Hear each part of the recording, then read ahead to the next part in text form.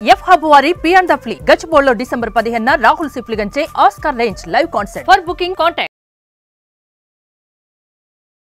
నమస్తే శ్రవణ్ గారు. నమస్తే Usha garu. Mindful millionaire live rich happy and successful life part 8 గురించి మనం మాట్లాడబోతున్నాము. సో ఎమోషన్స్ అండి, చాలా మందిలో మనం చూసేది ఏంటంటే ఒక ఎమోషన్ దగ్గర మనిషి ఆగిపోతూ ఉంటుంటాడు. మనం చేసిన పని వల్ల వాళ్ళు సాటిస్ఫై అవ్వలేదన్నప్పుడు ఇంకా మనం దేనికి పనికిరామన్న ఒక ఎమోషన్ దగ్గర మనిషి ఆగిపోతూ ఉంటుంటాడు. ఆ బ్లాకేజెస్ ఎంతలా మనల్ని హింసిస్తూ ఉంటాయంటే ఇంకా నా వల్ల కాదు అని మనల్ని మనమే డిమోటివేట్ చేసేసుకుంటూ ఉంటాం. అటువంటి ఎమోషన్స్ మనిషికి ప్రతి ఒక్కరికి ఉంటూనే ఉంటుంటాయి. అటువంటి వాళ్ళు ఏ విధంగా మైండ్ఫుల్గా ఉండొచ్చు అంటారు? వాళ్ళు మిలినియర్ అవ్వాలి అంటే ఏం చేయొచ్చు? చాలా మంచి క్వశ్చన్ అడిగారు. అయితే మిమ్మల్ని ఒక క్వశ్చన్ అడుగుతాను నేను. కొన్ని పాజిటివ్ ఎమోషన్స్ చెప్పండి అసలు. ఫస్ట్ మీరు హ్యాపీ, లవ్. ఎవరిని అడిగినా సరే ఫస్ట్ ఏమంటారో తెలుసా? లవ్, హ్యాపీ అని ఆలోచిస్తున్నారు. అదే నెగిటివ్ ఎమోషన్స్ చెప్పమంటే టగటగ చెప్పేస్తారు. యాంగర్, ఫియర్, సాడ్, డిప్రెషన్ ఇవన్నీ వాడేస్తుంటాం.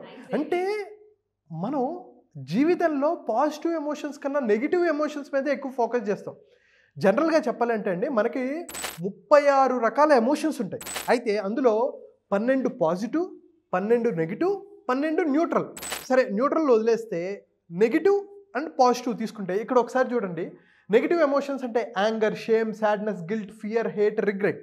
వెంటనే మనం ఎక్కువ జీవితంలో వీటి మీద మనం మాట్లాడుతూ ఉంటాం. ఎమోషన్స్ కానీ చూసుకుంటే హ్యాపీనెస్, ఎంపతి అంటే ఎవరితో మనం ఎలా ఉంటున్నాం, మనం వాళ్ళని అర్థం చేసుకోగలుగుతున్నాం. ప్రైడ్, మనం గర్వంగా ఫీల్ అవుతాం. హోప్, ఫెయిత్, నమ్మకం, జాయ్, లవ్, ఇంకా చెప్పుకోవాలంటే చాలా ఉన్నాయి. కానీ మనం ఈ ఎమోషన్స్ మీద మనం బ్రతకలేం. కానీ ఒక వండర్ఫుల్ ఎగ్జాంపుల్ ఏంటంటే, మన ఇంట్లో ఫ్యాన్ తిరుగుతుంది కదా, మనం చలికాలంలో ఏం చేస్తాం? ఫ్యాన్ స్పీడ్ తగ్గించుకుంటాం. వేడిగా ఉంది అని అనుకుంటే ఫ్యాన్ స్పీడ్ పెంచుకుంటాం. 1 2 3 4 5. దీన్ని ఏమంటారు? రెగ్యులేటర్ అంటారు. ఇలాగా మనం ఎమోషన్స్ని రెగ్యులేట్ చేసుకుంటే ఎలా ఉంటుంది అంటే, కోపం వచ్చింది, విపరీతమైన కోపం వచ్చింది, 5లో ఉంది, కొట్టేస్తున్నాం, ఏం చేస్తామో తెలియదు. ఆ టైంలో మనం కోపాన్ని కనుక రెగ్యులేట్ చేసుకోగలిగితే, అంటే 2 1కి తెచ్చుకోగలిగితే, హ్యాపీనెస్ ఉంది, చాలా లో లెవెల్లో ఉన్నాం, మనం హై ఎనర్జీ, హై హ్యాపీనెస్ని, హై లవ్ని షేర్ చేయగలిగితే ఎలా ఉంటుంది అంటే, మన ఎమోషన్స్ వేరే వాడి చేతిలో రిమోట్ కంట్రోల్ రెగ్యులేట్ వాడు చేసేదానికన్నా మనం చేసుకోగలిగితే ఎంత అద్భుతంగా ఉంటుంది. ఎవరితో ఎంత మాట అనాలి, కోపంలో ఏదో ఒక మాట అనేస్తాం. ఇది మనం ఏం చేస్తున్నాం అంటే, దీన్ని క్యాస్కేడింగ్ ఎఫెక్ట్ అంటారు. ఒక మాట నేను తిట్టాను అనుకోండి, మీరు దానికన్నా పెద్ద మాట నన్ను అంటారు, నేను ఇంకొక మాట అంటారు, మీరు ఇంకొక మాట అంటారు. అలాగే మీరు సాడ్నెస్లో ఉన్నప్పుడు ఇంకొకటి జరుగుతుంటాయి. Negative environment, negative mind set, ఈ నెగిటివ్ ఫ్రీక్వెన్సీ ఇంకా వచ్చి ఇంకా నెగిటివ్ జరిగి అదే డిప్రెషనో ఇంకా జరుగుతూ ఉంటుంది. సో ఈరోజు మనం మాట్లాడుకునేది ఏంటంటే, ఎలా మనం రెగ్యులేట్ చేసుకోవాలి. అయితే దీనికి సింపుల్గా ABC ఆఫ్ EI అని చెప్తాను. EI అంటే ఎమోషనల్ ఇంటెలిజెన్స్. అందరికీ తెలుసు, AI ఆర్టిఫిషియల్ ఇంటెలిజెన్స్ నేర్చుకోండి, అద్భుతంగా ఉంటుంది. కానీ ఎవరు ఎమోషనల్ ఇంటెలిజెన్స్ నేర్చుకోండి అని చెప్పట్లేదు. దాని మీద గ్రిప్ తెచ్చుకోమని కూడా ఎవరు చెప్పట్లేదు. అంటే రోబోట్కి మనకి తేడా ఏంటండి? దానికి ఎమోషన్స్ ఉండవు, మనకి ఎమోషన్స్ ఉంటాయి. రోబో సినిమా చూస్తే ఐశ్వర్య ఏం చెప్తుందంటే, నీకు ఎమోషన్స్ లేవు అంటే, మనిషి ఎమోషన్స్ ఉంటే ఎంత పవర్ఫుల్లో, ఎమోషన్స్ని రెగ్యులేట్ చేసుకోగలిగితే అంత పవర్ఫుల్. అయితే ఈ ABC అంటే ఏంటంటే, A ఫర్ అవేర్నెస్. మనం కోపంగా ఉన్నాం, అసలు నేను కోపంగా ఉన్నాను అనేది తెలియాలి మీకు. సాడ్నెస్లో ఉన్నా, సాడ్గా ఉన్నాను అనేది మీకు తెలియాలి. డిప్రెస్డ్గా ఉన్నాను, ఎంత డిప్రెషన్లో ఉన్నాను ఏంటి అనేది కూడా తెలియాలి. కొంతమంది డిప్రెషన్లో ఉన్న వాళ్ళకి వాళ్ళు డిప్రెషన్లో ఉన్నారని తెలియదు. అవును, వాళ్ళు ఫీల్ అవుతారు తప్ప, అరే నేను ఫీల్ అవుతున్నాను, దీని నుంచి బయటికి రావాలి అనేది ఉండదు. Awareness is very very important. అదే మైండ్ఫుల్ మిలినియర్లో మనం మాట్లాడుకుంటాం. సరే, B ఏంటంటే బ్యాలెన్స్. నీకు తెలిసింది ఏంటి? అవేర్నెస్ ఏంటి? ఏ ఎమోషన్ ఎక్కువ వస్తుంది, అవేర్నెస్ వచ్చింది, దాన్ని ఇప్పుడు బ్యాలెన్స్ చేసుకోవాలి. అంటే మేనేజ్ ఎలా చేసుకోవాలి, దీనికి టెక్నిక్స్ ఏంటి, టూల్స్ ఏంటి, రిసోర్సెస్ ఏమున్నాయి అనేది ఆలోచించుకోవాలి, దాని మీద వర్క్ చేయాలి. Then only you can control, regulate చేసుకోగలం. రెగ్యులేట్ అంటే మనం కంట్రోల్ చేసుకోకపోయినా తగ్గించుకోగలిగితే, 5లో ఉంది 2కి 1కి ఎలా తీసుకొస్తే ఎంత అద్భుతంగా ఉంటుంది, ఎంత రిలేషన్షిప్స్ బెటర్ అవుతాయి. చాలామందికి ప్రాబ్లం అండి ఈగో ఈజ్ నెగిటివ్ ఎమోషన్. ఈ ఈగో వల్ల ఎంతమంది రిలేషన్షిప్స్ పాడు చేసుకున్నారు, ఎంతమంది వాళ్ళ కెరీర్ని డిస్ట్రాయ్ చేసుకున్నారు.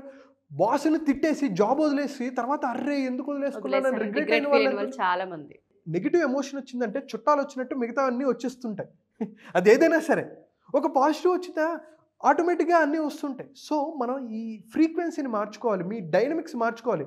నేను ఈ మైండ్ఫుల్ మిలినియర్లో లా ఆఫ్ అట్రాక్షన్ కాన్సెప్ట్స్, తర్వాత మనం ఎన్ఎల్పిలో కాన్సెప్ట్స్, సైకాలజీ కాన్సెప్ట్స్, హోప్నోపోనో, ఇలాంటి different concepts with mindful millionaire. ఇది ఇప్పటివరకు నేను దీని మీద చాలా వర్క్ చేశాను. ఇది అల్టిమేట్గా ప్రజలకు ఎలా ఉపయోగపడాలి. అయితే ఒక చిన్న టెక్నిక్ చెప్తా. అందరూ కోర్స్ జాయిన్ అవ్వలేరు. కోర్స్ జాయిన్ అవుతే ఖచ్చితంగా వండర్ఫుల్గా ఉంటుంది. అయితే మీరు చాలా నెగిటివ్ ఎమోషన్లో ఉన్నారు, చాలా నెగిటివ్ డల్గా ఉన్నారు. వెంటనే మీరు మార్చుకోవాలి అంటే మీ మైండ్ సెట్ని మార్చుకోవాలి, మీ ఎమోషనల్ స్టేట్ని మార్చుకోవాలి. దీన్ని స్టేట్ చేంజ్ అంటారు అనమాట. మార్చుకోవాలంటే ఒక చిన్న కాన్సెప్ట్ చెప్తాను, మీరు అందరూ ఫాలో అవ్వచ్చు. ప్రశాంతంగా కూర్చొని ఇలా చేతులు ఇలా పెట్టుకొని కళ్ళు మూసుకొని మీ జీవితంలో జరిగిన ఒక మంచి సంఘటన ఏంటి అంటే, మీకు స్కూల్లో ఫస్ట్ ర్యాంక్ వచ్చిందనా, కాలేజీలో మీకు నచ్చిన కాలేజీలో సీట్ వచ్చిందా, నచ్చిన జాబ్ వచ్చిందా, లేకపోతే నచ్చిన వాళ్ళని పెళ్లి చేసుకున్నారా, ఒక కారు కొనుక్కున్నారా, ఇల్లు కొనుక్కున్నారా, ఒక హ్యాపీ మూమెంట్ ఉంటుంది కదా, దాన్ని మీరు రివైవ్ చేసుకోండి. మీరు ఎంత స్టేట్లో ఉన్నా సరే ఒక్కసారి మనం ఎప్పుడైతే మైండ్ని అక్కడికి తీసుకెళ్తామో, brain is a memory folder. నువ్వు పాజిటివ్ తీస్తావా, నెగిటివ్ తీస్తావా? మనం ఎప్పుడూ నెగిటివే తీస్తూ ఉంటాం. ఎవరో తిట్టారు, ఒక మాట అనేది, నువ్వు పనికిరావు శ్రవణ్, నువ్వు పనికిరావని ఒక మాట అనేసి వెళ్ళిపోతాడు. వాడికి గుర్తుండదు, కానీ మనం దాన్ని బ్రెయిన్లో పెట్టుకొని నన్ను అంత మాట అన్నాడు అని ఏడుస్తూ ఉంటాం. అంత మాట అంటాడా, ఈసారి కనపడినప్పుడు చెప్తా, అరే ఒక మాట నువ్వు మాట్లాడింది, అరే ఇలా అన్నావు తప్పు కదా అని అంటే అయిపోతుంది, కానీ మనం పెట్టుకుంటాం. సో ఇప్పుడు అలాగే మనం పాజిటివ్ మీద ఫోకస్ చేస్తాం. లేదు మీకు తెలియట్లా, ఒకసారి మీ ఆల్బమ్ తీయండి. పెళ్ళయింది, హ్యాపీ మ్యారేజ్ అయితే ఆల్బమ్ తీసి ఆనందపడతారు. అది చిన్నప్పుడు ఫొటోస్ ఏమైనా తీయండి, ఒక గొప్ప వ్యక్తుల్ని మీట్ అయింది ఏమైనా తీయండి, ఒక సెలబ్రిటీని మీట్ అయిందో, లేక మంచి మీకు నచ్చిన వ్యక్తిని మీట్ అయిందో, ఒకసారి మీరు ప్రశాంతంగా కూర్చొని ఆ టైంలో ఏం జరిగింది, ఏం మాట్లాడుకున్నారు, ఆ హ్యాపీ మూమెంట్స్ ఫీల్ అవ్వండి. ఎప్పుడైతే మనం వెంటనే దాని గురించి తలుచుకుంటామో మన బాడీలో ఫీలింగ్ వస్తుంది, అరే హ్యాపీ వస్తుంది, ఒక ఎనర్జీ వస్తుంది. ఆ ఎనర్జీని మనం ఎప్పటికప్పుడు బిల్డ్ చేసుకుంటే మనం ముందుకెళ్ళడానికి ఆ ఎనర్జీ ఉపయోగపడుతుంది. సో ఇప్పుడు నా ఎగ్జాంపుల్ చెప్తా. అందరూ మనల్ని పొగుడుతారు అని అనుకోవటం మూర్ఖత్వం, అందరూ పొగడాలనుకోవడం కూడా మూర్ఖత్వం.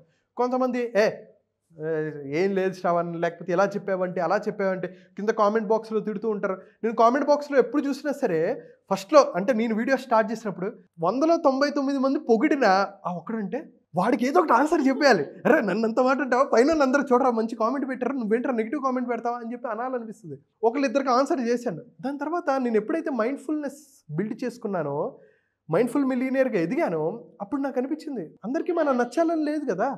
అందుకనే నేనేమనుకుంటాను తెలిసి, ఎప్పుడు ఇంకా బాగా సాడ్నెస్కి వెళ్ళాను, వెంటనే నేను ఈ పిక్చర్ పెట్టుకుంటాను. నా ఇంట్లో ఒక ఫ్రేమ్ ఉంటుంది, చిరంజీవి గారితో నేను కూర్చొని మాట్లాడింది, ఎప్పుడు దాన్ని తలుచుకుంటూ ఉంటాను. ఓకే మన పర్పస్ చాలా పెద్దది ఉంది. ఎవరో కొంతమంది రిజెక్ట్ చేసినంత మాత్రం ఆయన్ని తిట్టారు, రజనీకాంత్ గారిని అనేవాళ్ళు ఉన్నారు, అమితాబ్ బచ్చన్ గారిని అనేవాళ్ళు ఉన్నారు, మోదీ గారిని అనేవాళ్ళు ఉన్నారు, అందరినీ అంటూనే ఉంటారు. అయితే పర్సంటేజ్ ఈజ్ వెరీ ఇంపార్టెంట్. అందరినీ తిడతారులే అని చెప్పేసి మనం చెడ్డ పనులు చేస్తూ ఉంటాం కాదు. ఓకే 80% 90% మనల్ని పొగుడుతూ ఒక 10% 20% అంటే పర్లేదు, కానీ 90% నెగిటివ్ అందరూ మనల్ని తిడుతున్నారా, ఒకసారి అవేర్నెస్లోకి వెళ్ళాలి. మళ్ళీ మనం చెప్పేది వాళ్ళకి అర్థం కావట్లేదా. అదే ఒక గొప్ప వాళ్ళు ఉన్నారు, ఒక టైంలో తీసుకుంటే గెలీలియో కానీ వీళ్ళని చంపేశారు. ఎందుకంటే అక్కడ ఉన్న ప్రజలు ఆ టైంలో ఉన్న వాళ్ళందరూ అలాంటి వాళ్ళే. కానీ టైంలు మారాయి, కొంతమంది మైండ్ సెట్ మారింది, చాలా ఉన్నత స్థాయికి వచ్చారు, కొంతమంది ఇంకా అమాయకంగా ఉన్నారు. సో అందరినీ కన్విన్స్ చేయాలి, అందరినీ మెప్పించాలని అనుకోవద్దు. మీ లైఫ్లో ఏదైతే మంచి మూమెంట్ జరిగిందో దాన్ని తలుచుకోండి.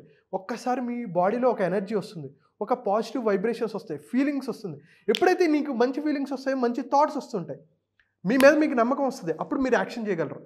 అరే ఒక్కసారి నేను రివైజ్ చేసుకుంటా, ఓహో నాకు ఈ పాజిటివ్ ఉంది, ఎస్ నా పర్పస్ చాలా పెద్దది, నన్ను ఏది ఆపలేదు, నేను ఏమైనా తప్పులు చేసినా దాన్ని నేను రివైజ్ చేసుకొని ముందుకు వెళ్ళగలను అనిపిస్తుంది. సో మీరు కూడా ఒక్కసారి మీరు ఆలోచించుకోండి.